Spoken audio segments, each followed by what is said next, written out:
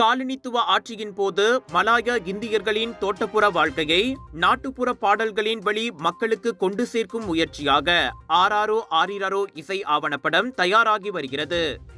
ஓம் சக்தி films தயாரிப்பில் Kuala Lumpur புக்கிட் பின்தாங்கில் உள்ள த grey பாக்ஸில் நேற்று அதன் முன்னோட்ட காட்சி வெளியீடு கண்டது. பிரிட்டிஷ் காலனித்துவ தோட்டங்களில் பணிபுரிந்த தமிழ் ஒப்பந்த தொழிலாளர்களின் சொல்லப்படாத கதையை சொல்ல வருகிறது இந்த ஆவணப்படம். காதல், எதிர்ப்பு, துக்கம் மற்றும் உயிர் வாழ்வு ஆகியவற்றை பொருளாக கொண்டு அத்தொழிலாளர்கள் பாடிய நாட்டுப்புற பாடல்கள் காலப்போக்கில் கிட்டத்தட்ட மறக்கப்பட்டு அல்லது மறைந்து போகும் நிலையில் உள்ளன. அவற்றை புதுப்பித்து மக்களுக்கு தருவதே இம்முயற்சியின் முக்கிய நோக்கம் என இணை தயாரிப்பாளர் குமணவண்ணன் ராஜேந்திரன் தெரிவித்தார்.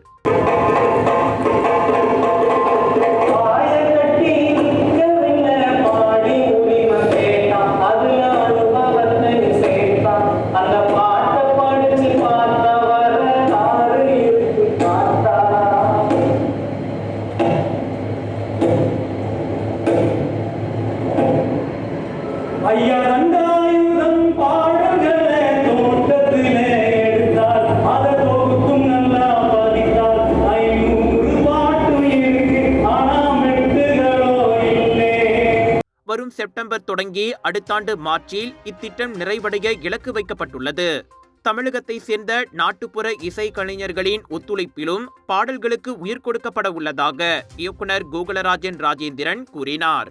நான் இந்த ஆராரோ ஆரிராரோ என்கிற ஆவணப்படத்தோட இயக்குனர்.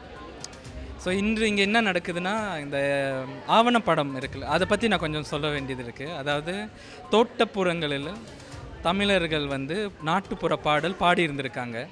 அந்த பாடல்கள் டாக்டர் தண்டாயுதம் அப்படி சொல்லிட்டு அவர் ஒரு இப்போ தோட்டமாக போய் 80கள் சேகரித்து அதை ஒரு புத்தகமாக வெளியிட்டிருக்காங்க. ஸோ அதில் ஒரு 500 பாடல்கள் இருக்குது.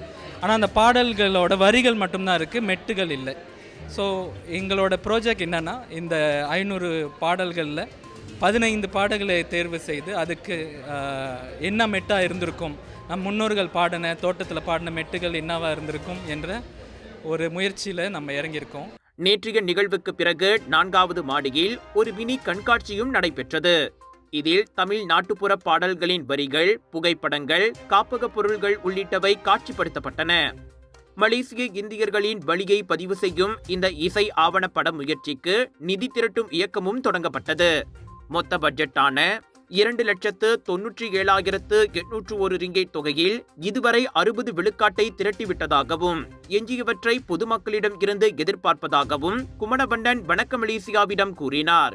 நாங்கள் 60 விழுக்காடு நிதியை already grants and corporate sponsorship அது மூலமாக கலெக்ட் பண்ணியிருக்கோம்.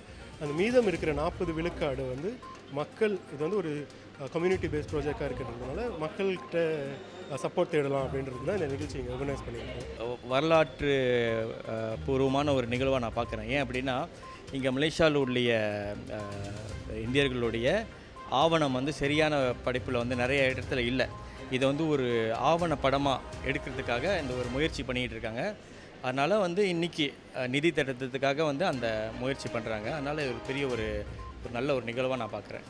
நிதி ஆதரவளிக்க விரும்பும் பொதுமக்கள் திரையில் காணும் இணைய அகப்பக்கத்தை நாடலாம்.